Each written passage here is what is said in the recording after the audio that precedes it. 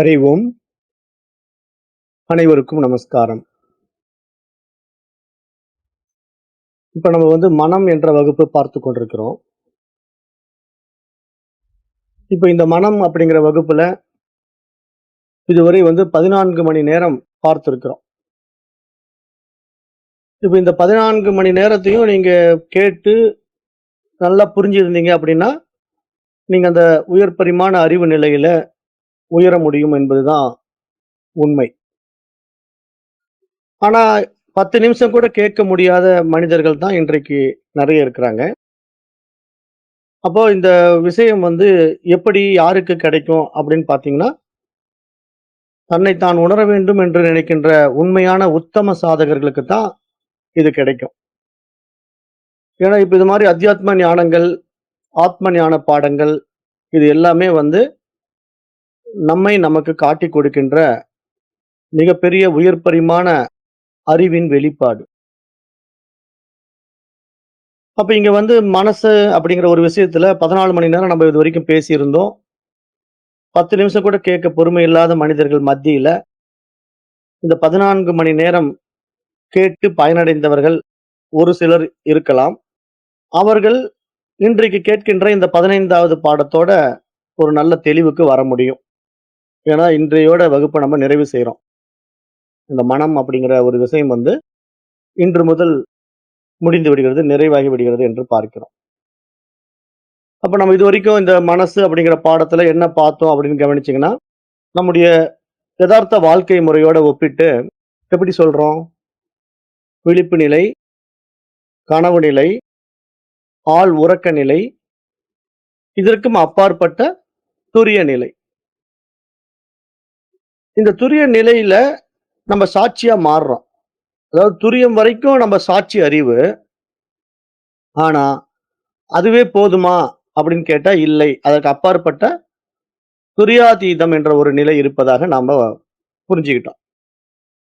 ஏன்னா, இந்த மாரி பாடங்களுக்குள்ள வரும்போது தான் நீங்க இதனுடைய உயர் பரிமாண அறிவு நிலையை அடைய முடியும் இல்லையா? அப்ப இங்க துரியம் கடந்த துரியாதீதம் என்ற ஒரு நிலை இருக்கு. அப்ப துரியாதீதம் என்பது என்ன அப்படின்னா, அந்த சாட்சி நிலையும் கரைந்து விடுகின்ற சுத்த பரபிரம்ம நிலை அப்படின்னு நீங்க புரிஞ்சுக்கணும். ஏன்னா துரிய அதீதம் என்று பெயர். துரியாதீதம் என்பது அந்த சாட்சி நிலைக்கும் அப்பாற்பட்ட பரபிரம்ம நிலை. அப்ப இத மகான்கள் பேசும்போது அங்க மனசு கிடையாது, எண்ணங்கள் கிடையாது, அங்க தியானிப்பவன் கிடையாது, தியானம் கிடையாது என்று நம்ம பார்த்தோம். ஏன்னா தியானிப்பவன் அப்படின்னு ஒருத்தர் இருந்தா, தியானிக்கப்படும் பொருள் என்று இன்னொன்று இருக்கிறது. அப்ப அங்க இருமைகள் வந்து விடுகிறது. அப்ப அங்க இருமைகள் வருகின்ற பொழுது அங்க இருப்பது இறைவனே என்ற நிலை உண்டாகாது. ஆகவே துரியம் கடந்த துரிய அதீத நிலை தான் அங்க சுத்த பரபிரம்ம நிலை. அங்க சாட்சியும் கிடையாது என்பதை நன்றாக புரிந்து கொள்ள வேண்டும் என்று உங்களுக்கு மீண்டும் அதை ஞாபகப்படுத்துறேன். அப்ப துரியாதீதம் என்றால் என்ன? அந்த துரிய அதீத நிலைக்கு சென்று விட்டால் ஒரு மனிதன் எப்படி வாழ்வான்? அப்படிங்கிறத நம்ம இன்றைக்கு பார்த்து தான் வகுப்பை நிறைவு செய்ய போறோம். ஏன்னா, இப்ப நம்ம இதுவரைக்கும் பார்த்தோம். விழிப்பு நிலையில ஒரு அனுபவத்த நான் அடைஞ்சேன். கனவு நிலையத்துல ஒரு அனுபவத்த அடைஞ்சேன். ஆழ்ந்த உறக்க நிலையும் அப்படிதான். அதே மாரி துரிய நிலையிலயும் நான் என்ன பண்ணிட்டு இருக்கிறேன்? எல்லாவற்றையும் பார்க்கிறேன். அவஸ்தாத்ரய சாட்சியாக நான் எல்லாவற்றையும் பார்த்துக் கொண்டிருக்கிறேன். ஆனால் துரிய அதீதம் என்பது அங்கு மனமற்ற நிலை. அது ஒரு உயர் பரிமாண நிலை. அதுதான் நம்முடைய ரிஷிகள் சொல்லும்போது என்ன சொன்னாங்க? யதா மனோ நிவர்த்தந்தே திஷ்டதி பிரஜ்ஞானே ஆத்மனி. பிரம்மசூத்திரம். மனம் தன் அறியாமையிலிருந்து விலகி தன் மூல அறிவில் நிலை கொள்ளும் போது அதுவே பரமாத்ம நிலை என்று உபனிஷத் சொல்லுது, பிரம்மசூத்திரம் சொல்லுது அப்படின்னு நம்ம பார்த்தோம். அப்ப இங்க நான் எனும் ஒரு மையம் கூட கரைந்து அந்த தூய பிரம்மம் மட்டும் நிலை பெற்றிருக்கின்ற ஒரு நிலைதான் துரிய அதீதம், துரியாதீதம் என்று நம்ம பார்க்கிறோம். அந்த நிலை இந்த 4வது நிலைக்கும் அப்பால் இருக்கின்ற எதுவுமே வெளிப்படாத எல்லையற்ற நம்முடைய யதார்த்தம். அதுவே நம்முடைய உண்மை சொரூபம், நம்முடைய சுயம் என்று நம்முடைய ரிஷிகள் சொல்றாங்க. அப்ப இது தெரியாம நிறைய பேர் நான் மனதை அடக்குறேன், மனதை அடக்க அந்த முயற்சி செய்றேன், இந்த முயற்சி செய்றேன்னு சொல்லிட்டு இருக்காங்க இல்லையா? அவர்களெல்லாம் என்ன சொல்றாங்க நம்முடைய சித்தர் பெருமக்கள், முனிவர்கள் அப்படின்னு பார்த்தீங்கன்னா, தன் மனதை அடக்க முடியும் என்று நினைப்பவனை மூடன் என்கின்றார்கள் முனிவர்கள் என்று நம்ம பார்க்கிறோம். மனதை அடக்க முடியும் என்று முயற்சி செய்றான் இல்லையா? அவனை எல்லாம் மூடர்கள் என்றார்கள் முனிவர்கள். அதற்கு அவங்க ஓமானம் குடுக்குறாங்க. எப்படி ஓமானம் குடுக்குறாங்க அப்படின்னா, ஒரு தீக்கோழியை பிடிப்பதற்காக வேட்டைக்காரர்கள் போவாங்க. அப்போ ஒரு தீக்கோழியை பிடிச்சுட்டா, அவங்க அந்த தீக்கோழிய பிடிச்சு அறுத்து சாப்ட்டுருவாங்க. தீக்கோழி பார்த்தீங்கன்னா, உங்களுக்கு பெருசா இருக்கும். கோழி இனத்திலேயே வந்து பெருசு. அதுல தலை வந்து நீண்டிருக்கும். அதாவது அதோடைய கழுத்து நீண்டு அப்படியே தலை மேல இருக்கும். அதுதான் தீக்கோழி. அந்த தீக்கோழி வந்து வேட்டைக்காரர்கள் தொரத்துவாங்க. அது ஆள் உயரத்துக்கு இருக்கும். மனுஷன் அளவுக்கு உயரத்துல இருக்கும். அத வேட்டைக்காரர்கள் தொரத்தும்போது என்ன பண்ணுமாமா, அந்த தீக்கோழி அப்படியே பயங்கர வேகமா ஓடும். அவங்க கிட்ட இருந்து தப்பிக்கிறதுக்கு வேகமா ஓடும். கொஞ்சம் தூரம் ஓடுன உடனே என்ன பண்ணும், மணலுக்கு அடியில தன் தலைய மறைச்சுக்கும். ஓடி போய் தன் மணலுக்குள்ள தலைய விட்டு, தலைய மறைச்சுக்கிட்டு, "அப்பாடா! இனிமேல் யாரும் என்ன பார்க்க முடியாது. நான் தப்பிச்சுட்டேன்." அப்படின்னு நெனச்சுக்குமாமா, அந்த தீக்கோழி. அப்ப அந்த தீக்கோழி போய் மனதுக்குள்ள தலைய விட்டுக்கிட்டு, தன்னை மறைச்சுக்கிட்டுன்னு நெனச்சுக்கும்போது, வேட்டைக்காரர்கள் பின்னாடி தொரத்திட்டு வந்தவன், அது என்ன மறைஞ்சு போச்சுன்னு ஏமாந்து போவானா என்ன? அவன் பிடிச்சிடுவான். அது மாதிரி இங்க மனிதர்கள் என்ன பண்றாங்க, இந்த மூடர்கள், முட்டாள்கள், தன் மனதை அடக்க முடியும் என்பது போல நினைத்துக் கொண்டு சில முறைகளை செய்து கொண்டிருக்கிறார்கள். அவர்களெல்லாம் மணலுக்குள்ளே தலையை நுழைத்துக் கொண்ட தீக்கோழியை போன்றவர்கள் என்று இங்க சொல்ல வராங்க மகான்கள். அதுதான் இங்க சொல்றேன் நான். அதாவது தீக்கோழி எப்படி தலைய மணலுக்குள்ள மறைச்சுக்கிட்டா உலகமே மறைஞ்சு போச்சு, என்னை யாரும் பார்க்க முடியாதுன்னு நினைக்குதோ, அது மாரி இந்த மூடர்கள் மனதை அடக்கிவிட்டால், உலகத்தை அடக்கி விடலாம், உலகம் மறைந்து விட்டது என்று நினைக்கின்ற நிலையில் வாழ்கின்றவர்கள் என்பதை இங்கு அழுத்தம் திருத்தமாக நம்ம சொல்ல வேண்டும். ஏன் அப்படின்னா, இப்படித்தானே பயிற்சிகள் எல்லாம் இருக்கு. ஏகப்பட்ட பயிற்சி முறைகள் மனதை அடக்குவதற்கான பயிற்சி முறைகள். 1, 2 இருக்கு. 1000 பயிற்சி முறைகள். அதுக்கு ஏகப்பட்ட சாமியார்கள், ஏகப்பட்ட குருமார்கள், ஏகப்பட்ட புத்தகங்கள். அப்படி இவ்வளவு பரவி கிடக்கின்ற இந்த பரவலான இந்த பாரத தேசத்துல, எந்த ஒரு தனி மனிதன் நம்முடைய பண்டைய ரிஷிகளின் வழியில் வருகிறானோ, அவனுக்கு மட்டும் தான் உண்மை புரியும். மற்றவர்கள்லாம் இப்படியே வாழ்க்கைய ஓட்டிக்கிட்டு இருக்க வேண்டியதுதான். ஒண்ணும் நடக்காது. ஒரு பிரயோஜனம் இருக்காது. அப்படிதான் நெறைய பேர் போயிட்டு இருக்காங்க. அப்ப இத வந்து இங்க மகான்கள் சுட்டிக்காட்டி, அந்த துரிய நிலைக்கு அப்பாற்பட்ட துரிய அதீதம் என்ற நிலையில பரபிரம்மம் தன்னில் தானாய், தன்மயமாய், தனித்துவமாய் எப்பொழுதும் இருந்து கொண்டே இருக்கின்றது. அங்கே அந்த தூய சாட்சியும் கிடையாது. அங்கு மனமும் இல்லை, எண்ணங்களும் இல்லை, எதுவுமே இல்லை. நானே நான் மட்டுமே இருக்கின்ற என்னுடைய சுயம், என்னுடைய சொரூபம் என்று இங்க சாஸ்திரம் சொல்லும். இத வந்து மகான்கள் பல வழிகள்ல நமக்கு விளக்குறாங்க. அது வந்து தான் நான் எப்பவுமே சொல்லிட்டே இருப்பேன். ஓம்காரம் தான் அதனுடைய ஸ்பூடகம். அதாவது மக்கள் மனோபாவத்தை மாற்றுகின்ற மகத்தான ஒரு மந்த்ரா எதுன்னா, ஓம். இந்த ஓம் வந்து நம்முடைய பண்டைய ரிஷிகள் சொன்னாங்க அப்படின்னு சொல்லிட்டு, அதுல நம்ம விளக்கமெல்லாம் குடுத்திருப்போம். ஆ, உ, இம் அப்படிங்கிற எழுத்துக்கள். அதுல வந்து ஆங்கிறது படைத்தல், உ என்பது நிலைத்தல், இம் என்பது மறைத்தல். இப்படி அடிப்படையில எல்லாமே தோன்றி, இருந்து, மறைந்து போகின்ற ஒரு முழுமையான மந்திரம் எது என்று கேட்டால், ஓம்காரம். அப்ப அந்த ஓம்காரத்த வந்து நம்முடைய ரிஷிகள் வந்து எழுத்துக்கள்ல கொண்டு வரும்போது, அந்த எழுத்த வந்து எப்படி ஓம் எழுதுறாங்கன்னு நீங்க கவனிச்சு பார்த்தீங்கன்னா, நாம வந்து சான்ஸ்கிரிட் ஓம் தான் எடுத்துக்கணும். தமிழ் ஓம் எடுத்துக்க கூடாது. சான்ஸ்கிரிட் ஓம வந்து பார்த்தீங்கன்னா, 3 மாரி போடுவாங்க பார்த்தீங்கன்னா, 3ஆம் நம்பர் மாரி போடுவாங்க. 3ஆம் நம்பர் மாரி போட்டு, மேல ஒரு பிறை போட்டு, அந்த பிறைக்கு மேல ஒரு புள்ளி வைப்பாங்க.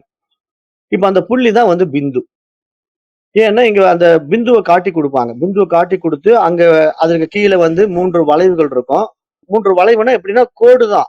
மேல ஒரு கோடு, நடுவுல ஒரு கோடு, கீழ ஒரு கோடு இருக்கு இல்லையா? இந்த 3 கோடும் ஒண்ணோட ஒண்ணு இணைப்பாங்க.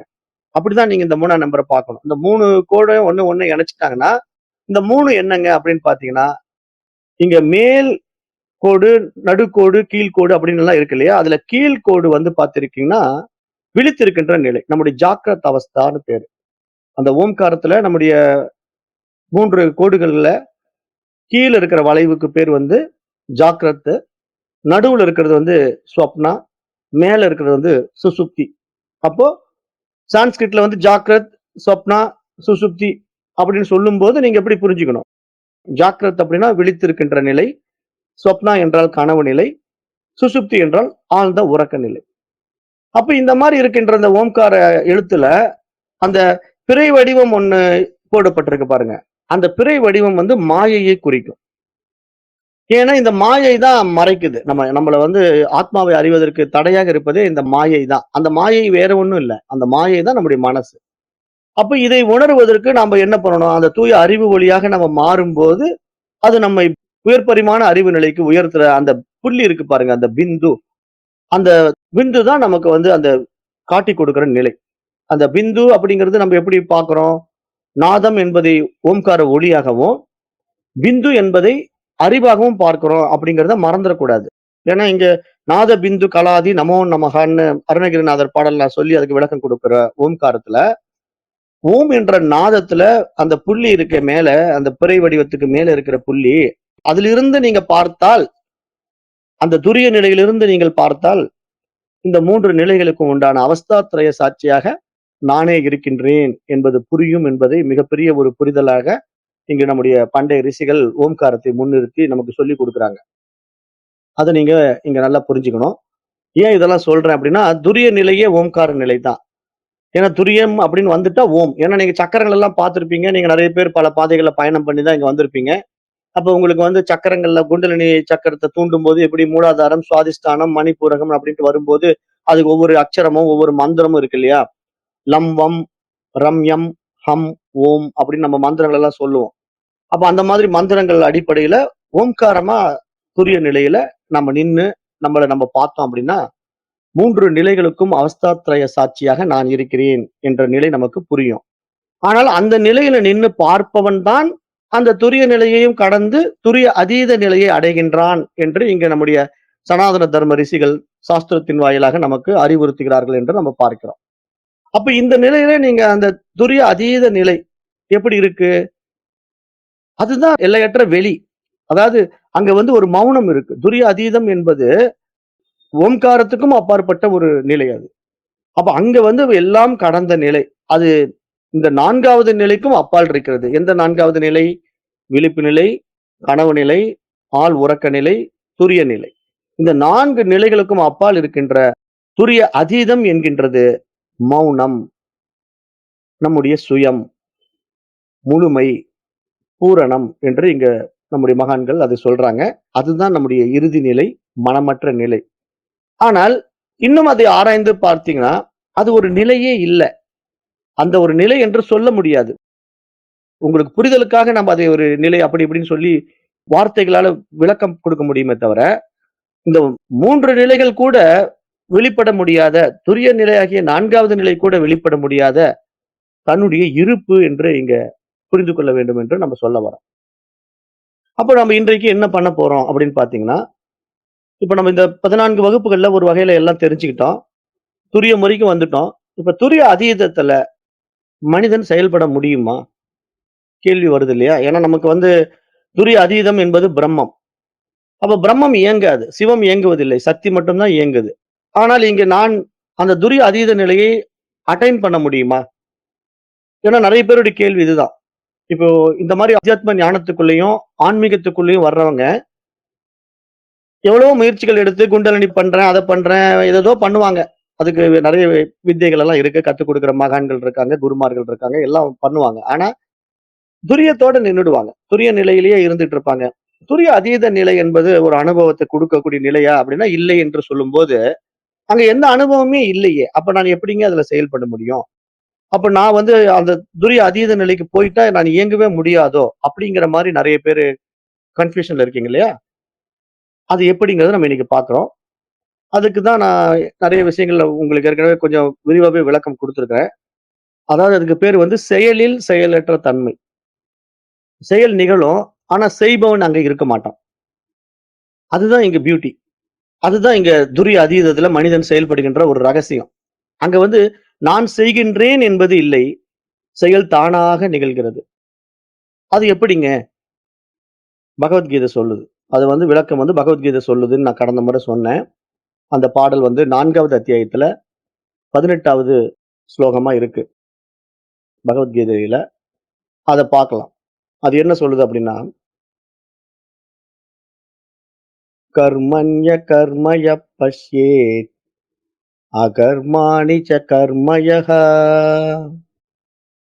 ச புத்திமான் மனுஷ்யேஷு ச யுக்த கிருத்ஸன கர்ம கிருத். இந்த பாடல், இந்த பகவத்கீதையினுடைய இந்த ஸ்லோகம் என்ன சொல்லுது அப்படிங்கிறத நல்லா ஆழ்ந்து கவனிங்க. இதுதான் நம்ம இதுவரைக்கும் மனம் அப்படிங்கிற டாபிக்ல நம்ம அடையக்கூடிய இலக்கு. ஏன்னா நம்ம எவ்வளவோ மனதை அடக்க முயற்சி பண்றோம், அடக்க முடிய மாட்டேங்குது. அடக்கவே முடியாதுங்கிறது தான் முனிவர்களுடைய கூற்றுன்னு நம்ம பார்த்துட்டோம். ஏன் அப்படின்னா, மனதை அடக்க முயற்சிப்பவன் முட்டாள் அப்படின்னு முனிவர் சொல்றாங்க. சாதாரண ஆட்கள் சொல்வதில்ல. ஏன் அவங்க மனதை அடக்கக்கூடியவனை முட்டாள்ன்னு சொல்றாங்க? மனத அடக்கவே முடியாதப்பா. மனதை தன் அறிவினால் உயர்த்தி துரிய அதீத நிலைக்கு கொண்டு போயிடணும். மனம் மனமற்ற நிலை அங்கு அறிவாக பிரகாசிக்கின்ற ஒரு உயர் பரிமாண அனுபவத்துக்கு போகும்போது தான் துரிய நிலை அட்டைன் பண்ண முடியும். அப்ப இந்த துரிய நிலைக்கு போகாம, சும்மா ஒரு மந்திரத்த சொல்லி மனத அடக்க முடியுமா? ஒரு ஜெபம் பண்ணனால வந்துருமா? இல்ல கண்ண மூடி தியானம் பண்ணுவதனால வந்துருமான்னா எப்படி வரும்? அப்படிலாம் வராது. அப்ப அங்க மனம் அடங்காது. அப்ப இங்க இந்த கீதை என்ன சொல்லுதுன்னா, செயலின்மையிலும் செயலை காண்பவர்கள் மனிதர்களில் உண்மையிலேயே ஞானிகள் ஆவார்கள். எல்லா வகையான செயல்களை அவர்கள் செய்தாலும், அவர்கள் யோகிகளாகவும், தங்கள் எல்லா செயல்களிலும் வல்லவர்களாகவும் இருக்கின்றார்கள் என்று இந்த கீதையினுடைய 4வது அத்தியாயத்துல 18வது ஸ்லோகம் சொல்லுது பாருங்க. ஏன்னா, இப்ப நம்ப மிகப்பெரிய ஒரு சந்தேகத்தோட தான் நாம இங்க ஆன்மீகத்துக்குள்ள வருவோம்.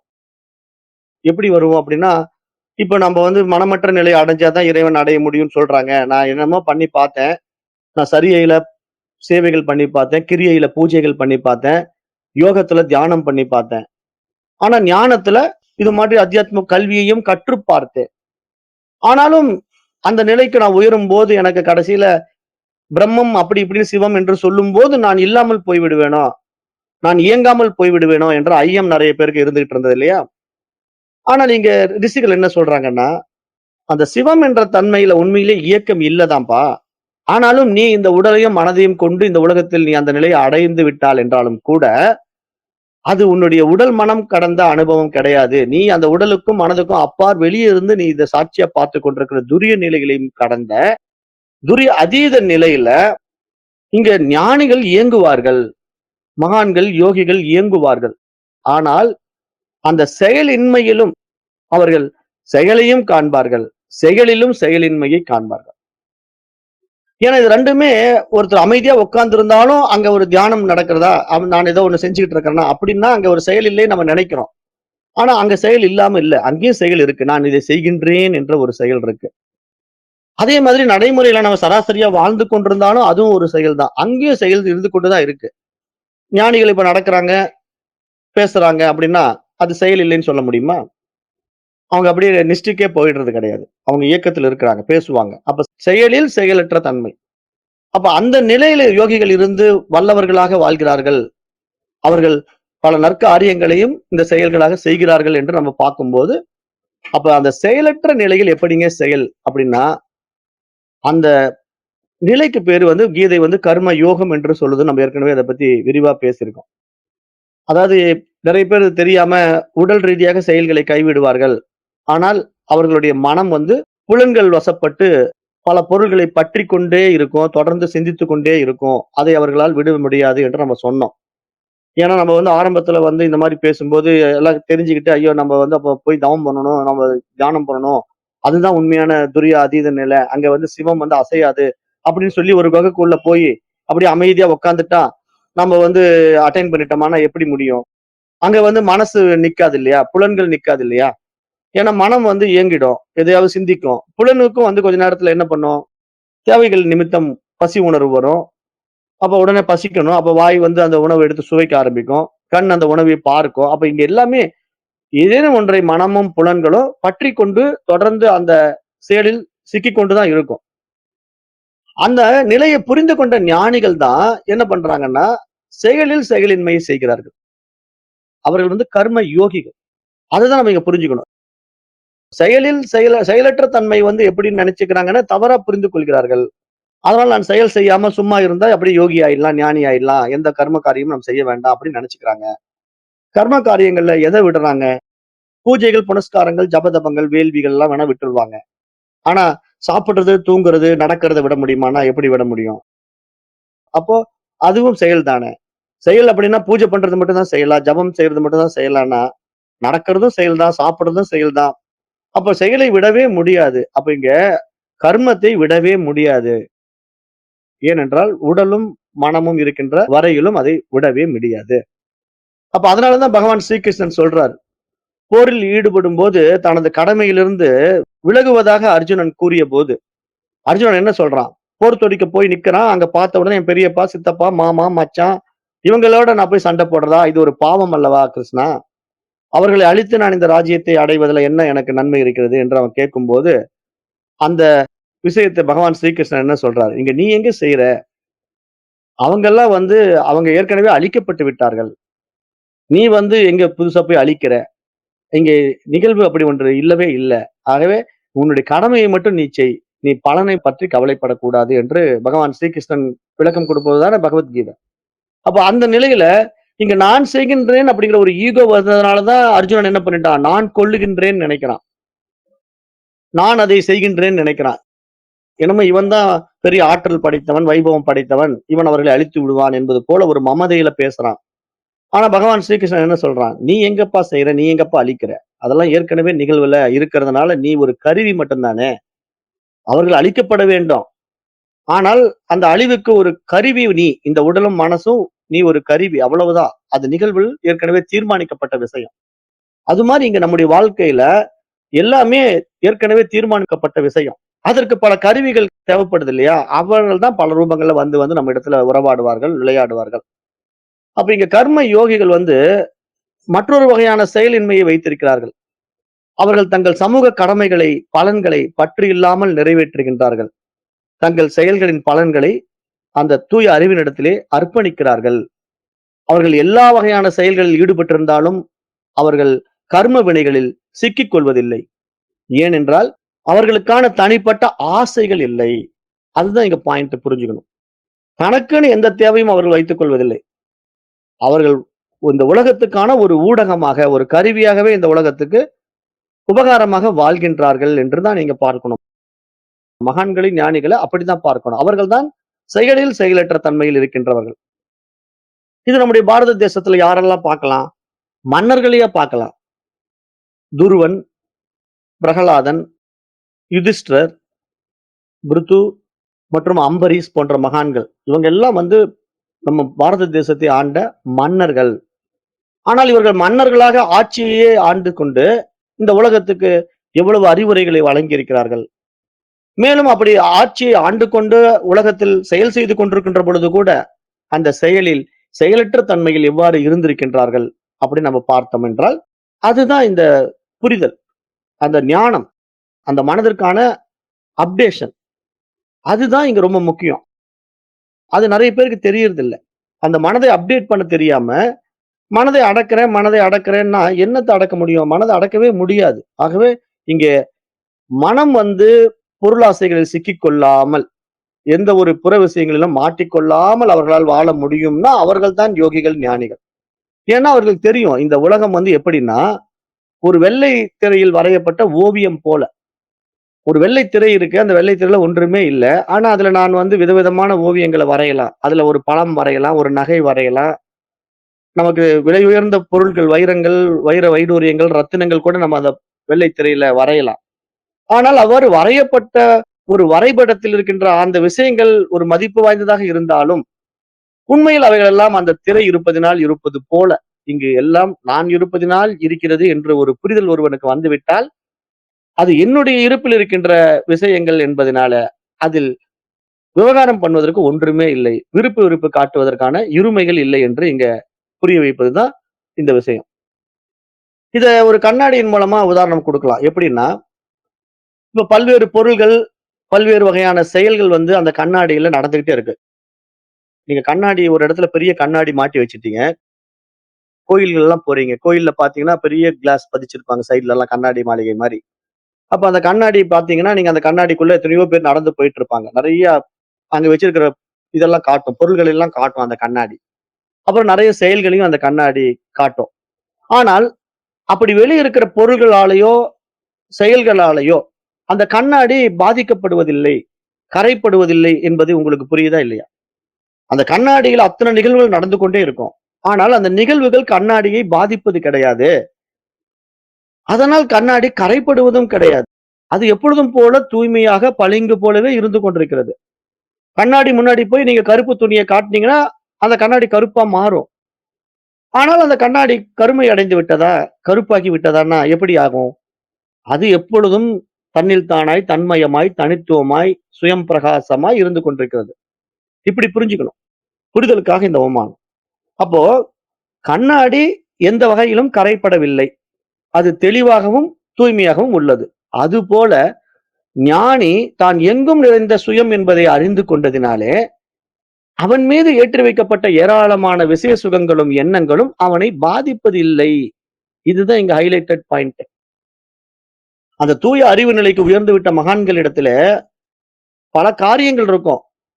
அதெல்லாம் கண்ணாடியில் தெரிகின்ற பிம்பங்கள் நகர்வது போல, அவர்கள் மீது ஏற்றி வைக்கப்பட்ட காரியங்களாகத்தான் அவர்கள் அதை பார்ப்பார்களே தவிர, அதனால் அவர்கள் பாதிப்பு அடைவதில்லை என்பதை நாம் இங்க புரிந்து கொள்ளும்போது மட்டும் தான், துரிய அதீத நிலையிலும் நம்மால் இங்கு செயலாற்ற முடியும். ஏன்னா துரிய அதீத நிலை என்பது பிரம்மம் தான். ஆனா, அது இந்த உடலும், மனதுக்கும் அப்பாற்பட்ட உயர் பரிமாண அனுபவமாக இருந்தாலும், அந்த உயரிய அனுபவ நிலையில் நின்று கொண்டு இந்த உலகத்தை நம்ம துரிய நிலையில சாட்சியாக பார்த்தாலும், இவைகளுக்கு எல்லாம் காரணமாக நானே இருக்கின்றேன் என்ற ஒரு நிலை தன்னுள் உணரப்படுகின்ற பொழுது மட்டும்தான் அவன் உயர் பரிமாண அறிவிலே ஞானியாகவே மாறுகின்றான் என்று நம்ம பார்க்கிறதுனால, இங்க அந்த நிலையில் அவர்கள் செய்கின்ற செயல்கள் எல்லாமே இந்த உலகத்துக்கு உபகாரமாக இருக்கும். அவர்களுடைய செயலிலும், செயலற்ற தன்மையிலும் அவர்கள் ஆன்மாவில் தன்னுடைய சுயத்தில் வேரூன்றி இருக்கின்றார்கள்.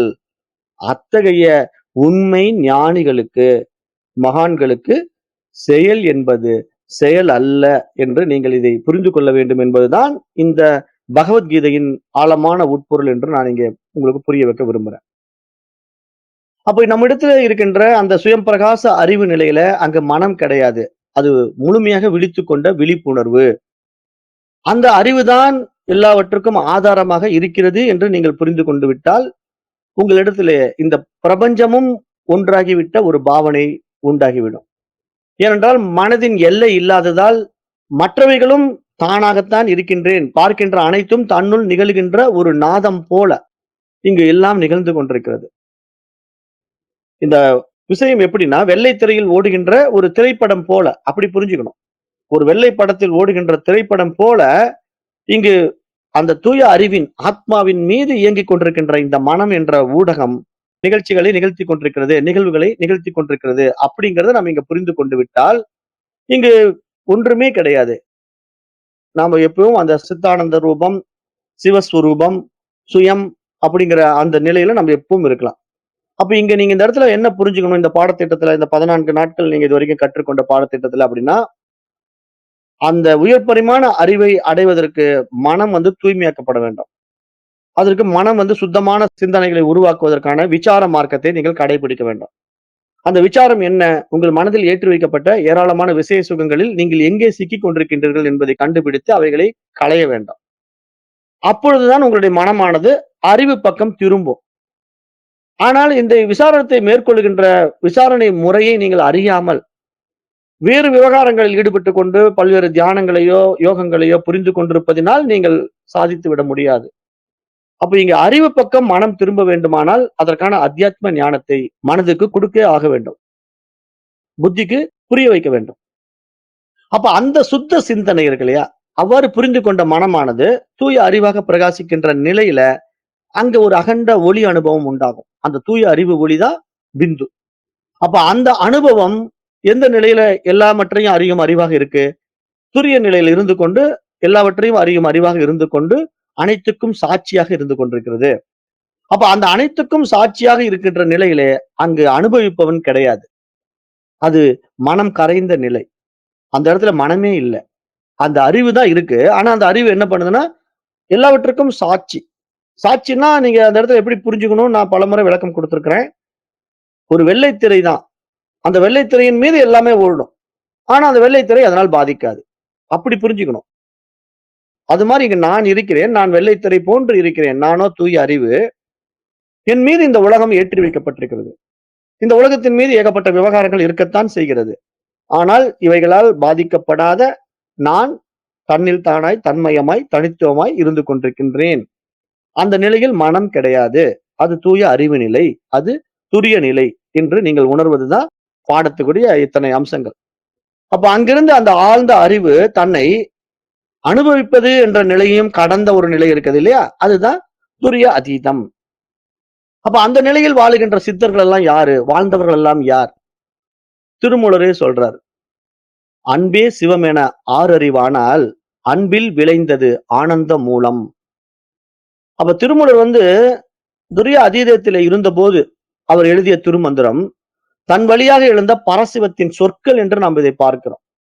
இப்ப நம்ம துரிய அதீத நிலைக்கு போயிட்டா நம்மளால இந்த உலகத்துல விவகாரம் பண்ண முடியாதான்னா, விவகாரம் பண்ண முடியாம எப்படிங்க திருமூலர் திருமந்திரத்தை கொடுப்பாரு? விவகாரம் பண்ண முடியாம திருவள்ளுவர் எப்படிங்க திருக்குறள் கொடுப்பாரு?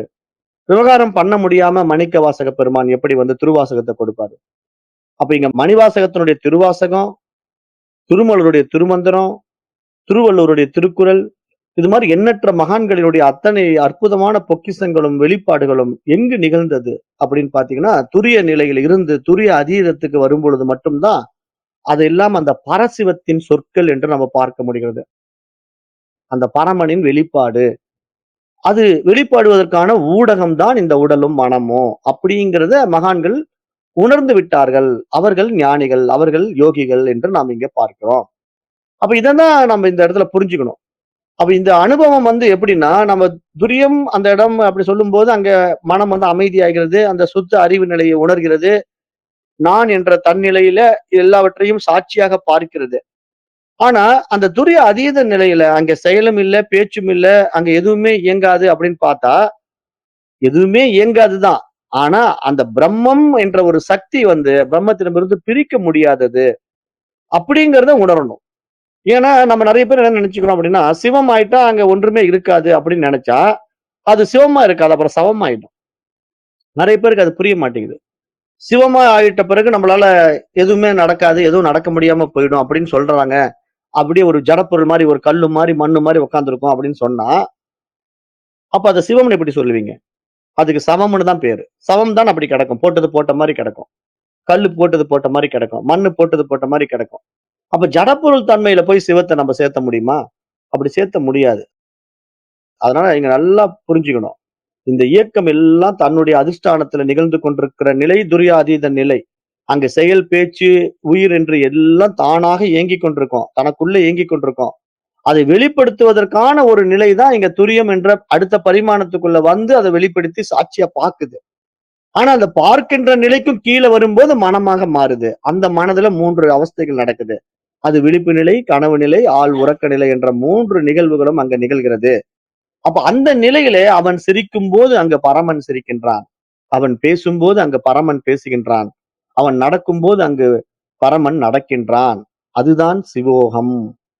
அகம் சிவம், சிவோகம் என்று இங்க உபநிஷதங்களும், மகான்களும் நமக்கு சுட்டிக்காட்டுகிறார்கள். அப்ப அந்த துரியாதீத நிலையை நோக்கி நம்ம நடக்க வேண்டும் என்றால், அங்க என்ன நம்ம செய்யணும்? இப்ப நம்ம வந்து துரிய அதீத நிலைக்கு நாம அனுபவமாக வேண்டும் என்றால், அதற்கான அனுபவ வழி என்ன? அப்படின்னு நீங்க பார்த்தீங்கன்னா, இப்ப தினசரி அனுபவ வழி. ஒரு நாள் பண்ற அனுபவம் கிடையாது. தினசரி அனுபவ வழி. என்ன அப்படின்னா, நான் தியானம் செய்கின்றேன் அப்படின்னு ஒரு 1/2 மணி நேரம், 1 மணி நேரம் உட்கார்றீங்க பாருங்க. அது வந்து உங்களுடைய அகங்காரத்தின் அடிப்படை அம்சம். நான் ஏதோ தியானம் பண்றேன் அப்படின்னு சொல்லி மனசு என்ன பண்ணுதுன்னா, தன்னை தியானிப்பவனாகவும், தனக்கு வேறாக தியானிக்கப்படும் பொருள் ஒன்று இருப்பதாகவும் நினைத்துக் கொண்டு தியானத்தில் ஈடுபடுவது ஒரு அஞ்ஞானம், ஒரு அறியாமை. அது வந்து இங்க துறக்க வேண்டும். இது முடிஞ்சால் தான் நீங்க துரியாதீதத்துக்கு வர முடியும். நீங்க தியானம் செய்து கொண்டிருக்க வரைக்கும் துரியாதீதத்துக்கு வர முடியாது. நான் சொல்ற தியானம் வந்து நம்முடைய ஸ்ரீ தத்தகுரு பரம்பரை தியானமே கிடையாது. வெளிய பண்றவங்க தியானம். இப்ப நம்ம தத்தகுரு பரம்பரையில தியானம்னு குடுத்திருக்கிறதெல்லாம் என்ன அப்படின்னா, 24/7. நீங்க வாழும்போதே நீங்க வாழ்க்கையே தியானம். அதுதான் உண்மையான தியானம். தனியா நான் ஒரு 1/2 மணி நேரம் உட்கார்ந்து எனக்கு இவரு ஒரு இந்த மாரி ஒரு தியானம் குடுத்தாருங்க. ஒளிய பார்க்கிற தியானம் ஒண்ணு குடுத்தாருங்க. நான் உட்கார்ந்து ஒளிய பார்த்துக்கிட்டே இருக்கிறேன். அப்புறம் ஒருத்தர் கண்ணாடி தியானம் குடுத்தாருங்க. நான் உட்கார்ந்து கண்ணாடிய பார்த்துக்கிட்டே இருக்கிறேன். இப்படி சொல்றேன். நான் அதாவது எனக்கு நெறைய தியானங்கள் எல்லாம் தெரியாது. நான் அதெல்லாம் தெரிஞ்சுக்கவும் விரும்பல. ஆனா 1, 2 கேள்விப்பட்டிருக்கேன். அதாவது கண்ணாடி தியானம் ஒண்ணு இருக்காமா, விளக்கு தியானம் ஒண்ணு இருக்காமா, இந்த மாரி தியானங்கள் எல்லாம் சொல்லுவாங்க. அப்ப இது மாரி தியானங்கள் எல்லாம் பண்ணுவாங்க. இதெல்லாம் வள்ளலார் வழியில வர்றவங்களும் செய்றாங்க. வேற வழியில வர்றவங்களும் இதெல்லாம் எடுத்துக்கிறாங்க. எல்லோருமே ஒருத்தர் காப்பி அடிச்சு ஒரு கூட்டம் இப்படிலாம் ஓடிக்கிட்டு இருக்கு. அத நம்ம பேச வேண்டாம். நான் என்ன சொல்ல வரேன் அப்படின்னா, அது மாரி ஒரு தியான நிலையில நீங்க இருந்து கொண்டு தியானிப்பவனாக இருந்து கொண்டு, தியானிக்கப்படும் பொருளாக இன்னொன்று உங்களுக்கு முன்னாடி இருந்து கொண்டிருந்தாலே நீங்க வந்து இன்னும் மறையலன்னு அர்த்தம், கரையலன்னு அர்த்தம். ஏன்னா தியானிப்பவன், தியானிக்கப்படும் பொருள் தான் இருக்கு. அங்க தியானம் இல்ல. எப்போ தியானம் வரும் தெரியுமா? 24/7 ஆல்வேஸ் எல்லாமே என்னுடைய இருப்புனால இருக்குது அப்படின்னா, அங்க தியானிப்பவனும் இல்ல, தியானிக்கப்படும் பொருளும் இல்ல. அங்கு தியானம் மட்டும் தான் இருக்கிறது. அப்ப அதுதான் இங்க உண்மையான விழிப்புணர்வு, விழிப்பு நிலை அப்படிங்கிறது துரிய நிலை. அது அனைத்துக்கும் சாட்சியாக இருக்கிறது. அங்கு எந்த செயலும் இல்லை. அங்கு செயல் செய்பவனையும் பார்க்கிறது அவ்வளவுதான். அங்கு செயல் செய்பவனை பார்க்கின்ற சாட்சியாக இருந்தாலும், தான் சம்பந்தப்படாமல் இருக்கிறது. அப்ப சம்பந்தப்படாமல் நீங்க மற்றவன் தியானம் பண்றத பார்க்கலாம். நீங்க தியானம் பண்ணக்கூடாது. மற்றவன் கொலை பண்றத பார்க்கலாம். நீங்க கொலை பண்ணக்கூடாது. சாட்சின்னா என்ன? கொலை நடக்கின்ற ஒரு இடத்துல அந்த கொலைய பார்க்கிறவன் தான் சாட்சி. கொலை செய்பவன் எப்படி சாட்சின்னு சொல்லணும்? சொல்ல முடியுமா? நடைமுறையில நான் பேசிட்டு இருக்கேன். நடைமுறையில நான் எப்படி பேசுறேன்னா, ஒரு சம்பவம் நடக்குது. அங்க ஒரு கொலை நடக்குது. அந்த கொலைய ஒருத்தன் செய்றான். ஒருத்தன் கொலைப்பட்டு சாகுறான். அப்ப அந்த நிகழ்வை பார்த்துக் கொண்டிருப்பவனை சாட்சின்னு சொல்லுவோமா? கொலை செய்பவன சாட்சின்னு சொல்லுவோமா? நிகழ்வை பார்த்துக் கொண்டிருப்பவன தான் சாட்சின்னு சொல்லணும். கொலை செய்தவன எப்படி நீங்க சாட்சின்னு சொல்ல முடியும்? இது புரியுதுல்ல? இது மாரி தியானிக்கின்றவன் ஒருத்தன் இருக்கின்றான். தியானிக்கப்படும் பொருள் ஒன்று இருக்கின்றது என்று செய்தால், அங்கு செயல் நிகழ்ந்து கொண்டிருக்கிறது. அந்த இடத்தில் செயல் செய்பவன் சாட்சியாக முடியாது. செயல் செய்யாமல் அந்த செயலை வேடிக்கை பார்ப்பவன் சாட்சியாகின்றான். அப்ப நீங்க துரிய நிலையில் நின்று நீங்கள் இந்த உலகத்தை வேடிக்கை தான் பார்க்க வேண்டுமே தவிர, அங்கு நீங்கள் ஒன்றும் செய்வதற்கு இல்லை. நீங்கள் சும்மா வேடிக்கை பாருங்க. சும்மா இரு. சொல்லற.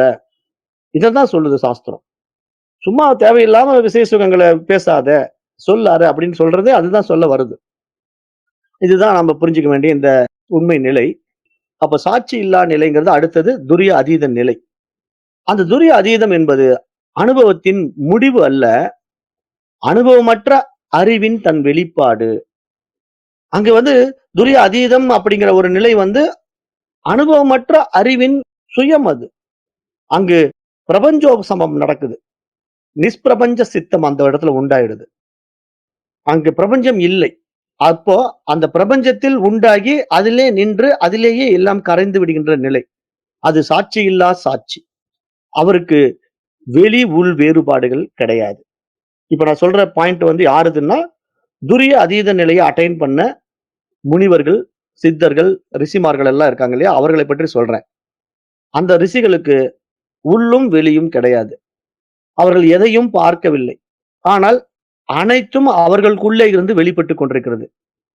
அதனுடைய இருப்பே அவர்கள்தான். அதனுடைய பார்வையே அவர்கள்தான்.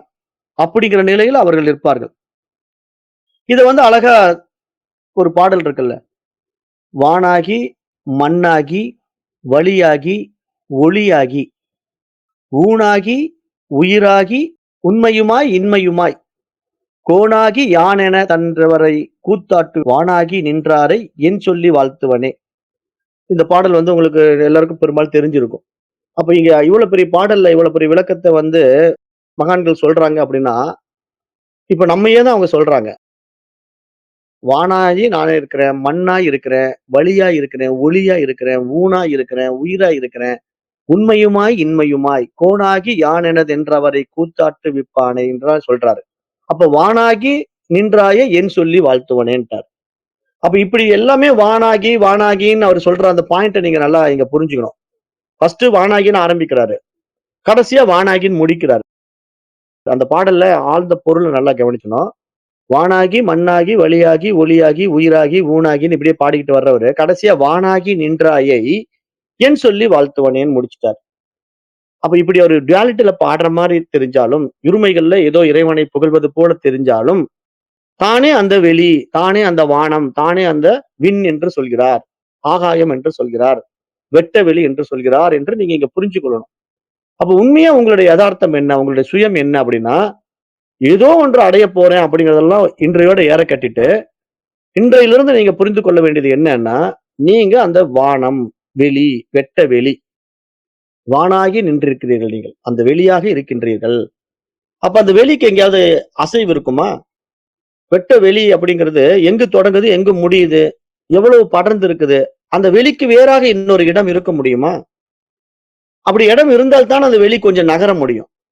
இப்ப நாம வந்து இப்ப ஒரு பெஞ்ச்ல உட்கார்ந்திருக்கேன். எனக்கு கொஞ்சம் நகர்ந்து உட்காரலாம்னு பெஞ்ச்ல இடம் இருக்கு. நான் கொஞ்சம் நகர்ந்து பக்கத்துல உட்காரலாம். ஆனா வெளிங்கிற இடத்துல எல்லாமே வெளிதான்.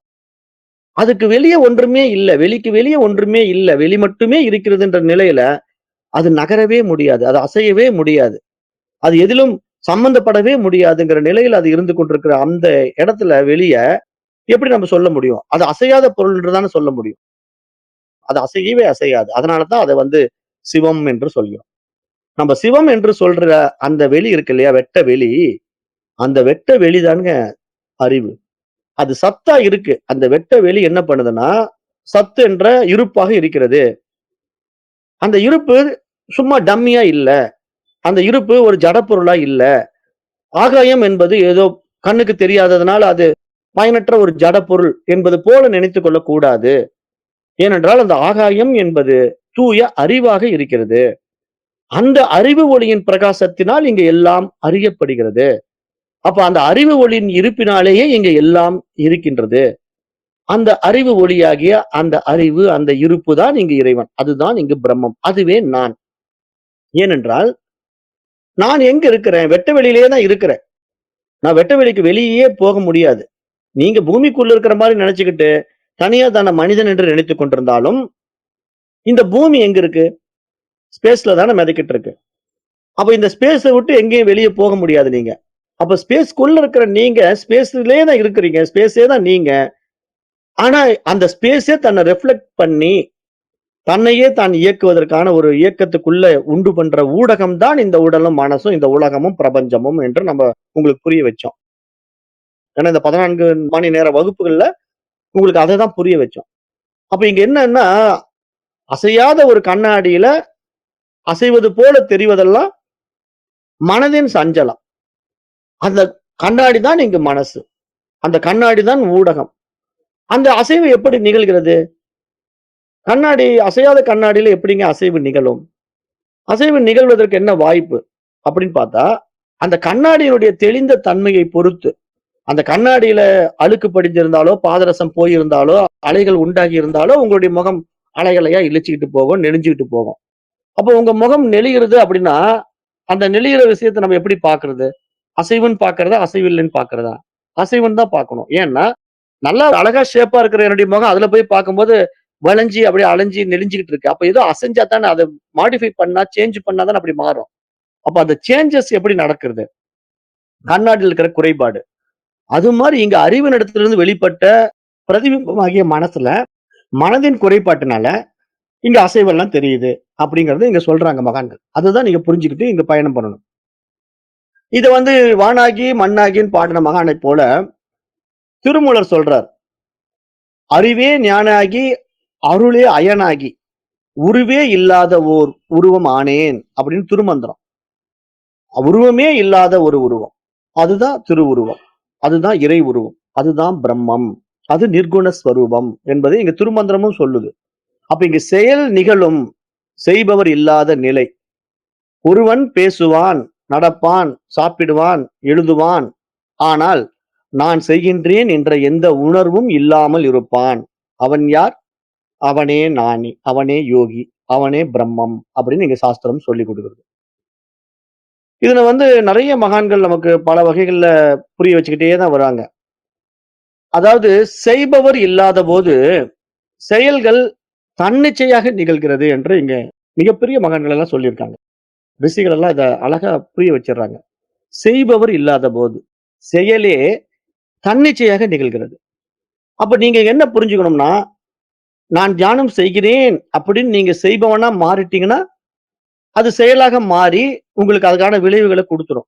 கர்ம விளைவுகள குடுத்துடும். அது அனுபவிச்சு தான் ஆகணும். ஆனா செய்பவன் இல்லாதபோது, இங்க நான் எதையும் செய்யல. நான் எல்லாவற்றுக்கும் சாட்சியாக இருக்கின்றேன்ங்கிற நிலையில நீங்க நின்னுட்டீங்கன்னா, உங்க மூலமா நெறைய செயல்கள் நடக்குங்க. ஆனா அந்த செயல்கள்லாம் எப்படி நடக்கும்னா, தன்னிச்சையாக தன்னிச்சையாக நிகழ்கிறது. அப்ப இங்க செய்பவர் இல்லாதபோது, செயலே தன்னிச்சையாக நிகழ்கிறது. அப்ப அப்படிப்பட்ட ஒருத்தன் வந்து விட்டான்னு வையுங்களேன், அப்படிப்பட்டவனுடைய வார்த்தை தான் இங்க சத்தியநாதம் என்று நம்முடைய நவநாத சித்தர்கள் சொல்கிறார்கள். சத்தியநாதம். அவர்கள் வந்து பேச ஆரம்பிச்சுட்டாங்கன்னா, அவர்கள் பேசுகின்ற வார்த்தை எல்லாம் சத்தியம், உண்மையை மட்டும் பேசுவார்கள். அந்த உண்மைன்னா என்னங்க? உண்மைன்னா நான் வந்து பொய் பேசாம இருக்கணுமா? அப்படிங்கிற அர்த்தத்துல எடுத்துக்க கூடாது. சத்தியம் என்றால் பிரம்மம். பிரம்மம் சத்தியம். அவர்கள் பிரம்மத்தை மட்டும் பேசுவார்கள். பிரம்மத்தை மட்டுமே பேசிக் கொண்டிருப்பார்கள். அப்ப அந்த நிலை வரும்போது, அவர்களுடைய ஒவ்வொரு சொற்களும் அந்த நாத பிரம்மத்தின் வெளிப்பாடு. அந்த நாத பிரம்மத்தின் வெளிப்பாடு. அதனால்தான் ரிஷிகள் எழுதிய நூல்களை எல்லாம் நாம் வந்து மனிதன் எழுதிய நூல் என்று சொல்வது கிடையாது. ஏனென்றால் அது இறைவன் வெளிப்படுத்திய நூல்கள். அப்படிதான் நம்ம பார்க்கிறோம். வேதத்தையும் அப்படிதான் நம்ம பார்க்கிறோம். வேதம் வந்து அபௌருஷேயம் என்று ஏன் சொல்றோம்? வேதத்துக்கு வந்து எப்ப வெளிப்பட்டது? அது யாரால் எழுதப்பட்டதுன்னு யாராவது சொல்ல முடியுமா? வேத மந்திரங்கள? அது அபௌருஷேயம். ஏன் அப்படின்னா, அது ரிஷிகளுடைய வார்த்தையாக இருந்தாலும், அந்த ரிஷிகளை ஊடகமாக கொண்டு இறைவன் வெளிப்படுத்தியிருக்கிறான். ஏனென்றால் இறைவனை பொறுத்தவரைக்கும் நேரடியா வரமாட்டான். தெய்வம் மானுஷ ரூபே. கடவுள் எப்பவும் தன்னை ஏதேனும் ஒரு வகையில் வெளிப்படுத்திக் கொள்ள வேண்டுமானால், அதற்கான ஒரு ஊடகத்தை தேடுவான். அவ்வாறு அவன் தேடுகின்ற ஊடகம் உயர் பரிமாண ஊடகமாக இருந்தால், அதில் எதையும் சாதிக்க முடியும், எதையும் செய்ய முடியும் என்ற அடிப்படையிலே பரிணாம வளர்ச்சியை உண்டாக்கி, அதில் படிப்படியாக பிறவிகளை கொண்டு வந்தான். அப்ப அந்த பிறவிகளை கொடுத்து, அதிலே உயர் பரிமாண அறிவை உண்டாக்கக்கூடிய மனித உடலை படைத்த பிறகுதான், இங்க இறைவன் தன்னை முழுமையாகவே பயன்படுத்தத் தொடங்கினான் என்று நம்ம பார்க்க முடிகிறது. இறைவன் வந்து தன்னை வெளிப்படுத்தத் தொடங்கினான் அப்படின்னா, வேதங்கள் வெளிப்பட்டதுன்னு நீங்க புரிஞ்சுக்கிட்டீங்கன்னா, வேதம் வந்து யாருடைய மூலமா வெளிப்பட்டு இருக்கும்? ரிஷிகள் மூலமா தான் வெளிப்பட்டிருக்க முடியும். ஒரு கழுதையோ, ஒரு மாடோ, ஒரு ஆடோ வேதத்த குடுக்க முடியாது. அப்ப படைக்கப்பட்ட ஜீவராசிகளில எவ்வளவோ பரிமாணங்கள்ல பயணம் பண்ணி, எப்பொழுது ஒரு மனிதனாக வந்து, மனிதனும் காட்டுமிராண்டியாக வாழ்ந்த காலங்கள் கடந்து, அதையும் நம்ம நோட் பண்ணிக்கணும். ஏன்னா மனித பரிமாணத்துக்குள்ள நம்ம வந்துட்டா மட்டும் மனிதனாகி விட முடியாது. ஏன்னா மனிதனும் மிருகம் போலவே வாழ்ந்தான் என்றுதான் நம்முடைய பழைய ஆன்சியன்ட் சிவிலைசேஷன்லாம் சொல்லுது இல்லையா? பாரம்பரியமா நம்ம பழைய வரலாற்றுகளை பார்த்தோம்னா, மனிதன் வந்து காட்டுவாசிகள் மாரி மிருகங்களை வேட்டையாடி தின்றான். நெருப்பை கண்டுபிடிக்கிறதுக்கு முன்னாடி இப்படியெல்லாம் வாழ்ந்தான் என்று நம்ம வரலாற்றுல நம்மளுடைய சிவிலைசேஷன் எல்லாம் நம்ம பார்க்கிறோம். ஆனா, அப்படி வாழ்ந்த மனிதன் இதை கண்டுபிடிச்சுட்டானா? இல்ல. அவனிலும் பரிணாமம் அடைய வேண்டும். மனிதனும் பரிணாமம் வந்துகிட்டே இருக்கணும். அந்த பரிணாமம் என்பது மனித உடல் கிடைத்து விட்டால் மட்டும் போதாது. அந்த பரிணாமத்திலே பகுத்தறிவு வேலை செய்தால் மட்டும் போதாது. அந்த வேலை செய்கின்ற நிலையிலே பொறுமையும், சகிப்புத்தன்மையும், தன்னை உணர வேண்டும் என்ற தாகமும் இருக்கின்றவன் தான் அந்த தலையாய நிலையை அடைகின்றான். அப்படின்னு நீங்க அப்படியே பார்க்கும்போது, நீங்க என்ன நினைக்கிறீங்க தெரியுமா? அப்ப நம்ம ஆன்சியன்ட் சிவிலைசேஷன்ல காட்டு மிராண்டிகள் எல்லாம் காணாம போயிட்டாங்க. இப்ப நாமெல்லாம் மாடர்ன் சிவிலைசேஷன்ல இருக்கிறோம் அப்படின்னு நீங்க நினைக்கிறீங்க.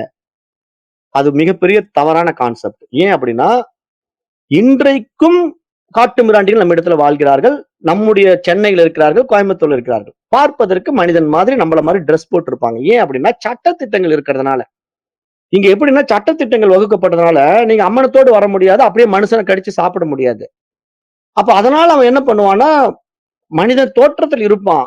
மனிதன் மாரி இருக்கிறவாறு காட்டிக்குவான். ஆனா அவனுடைய மனமும், குணமும் மிருகத்தின் தன்மையில் இருப்பதை சந்தித்தவர்கள் தெரிந்து கொள்ளலாம். நெறைய பேர் சந்திச்சிருக்கலாம். அந்த மாரி மனிதர்கள நீங்க நடைமுறையில சந்திச்சிருக்கலாம். அவன் மனுஷனே கிடையாது.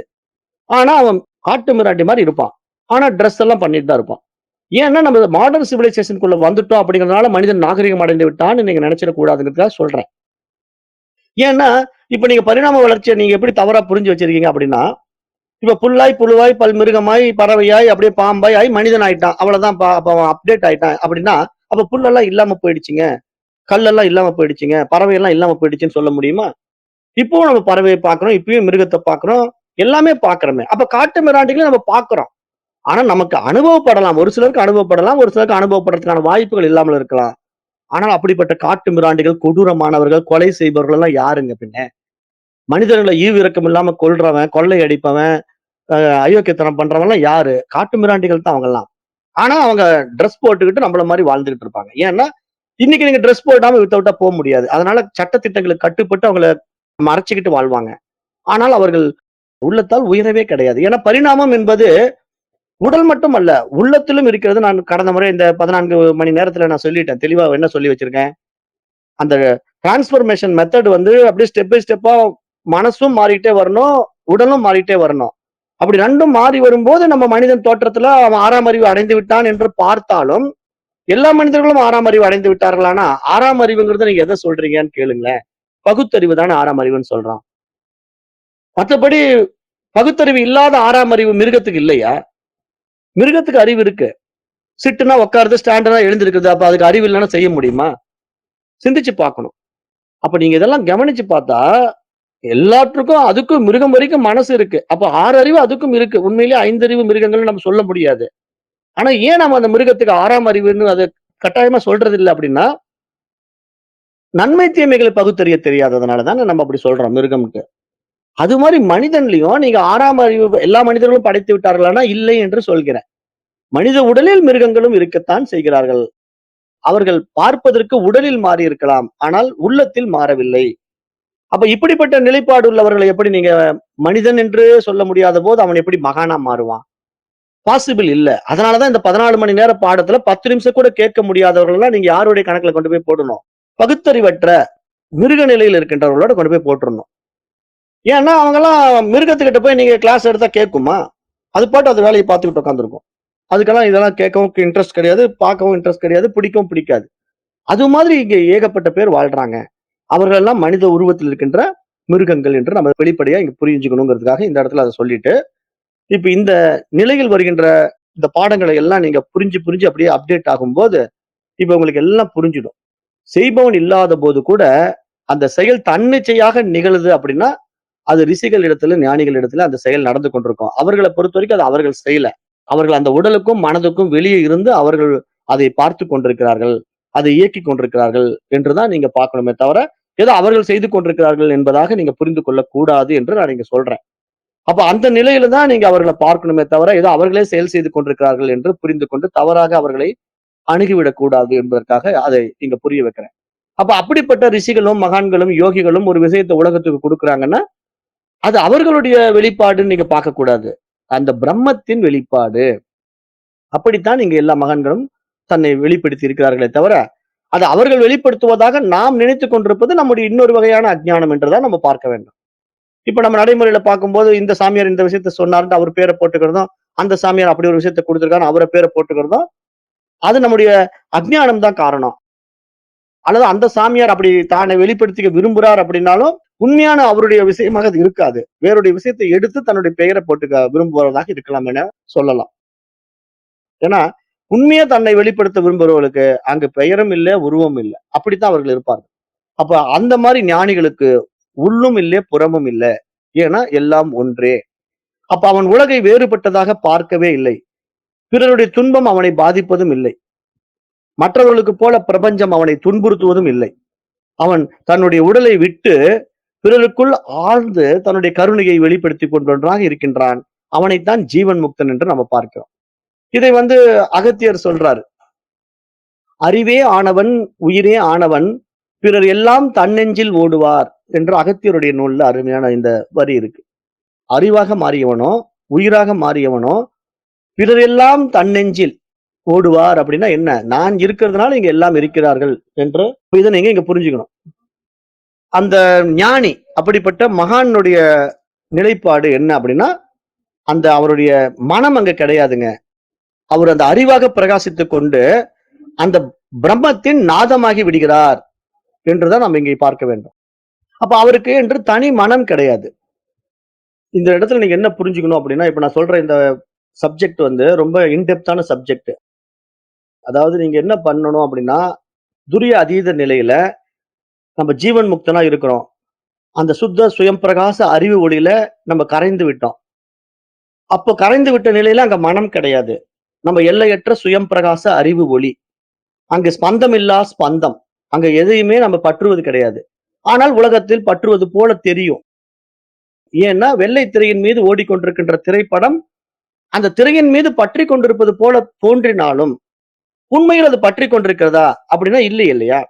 படம் முடிஞ்சு ப்ரொஜெக்டர் ஆஃப் ஆன உடனே அங்க பிளைன் ஸ்கிரீன் தான் இருக்கு.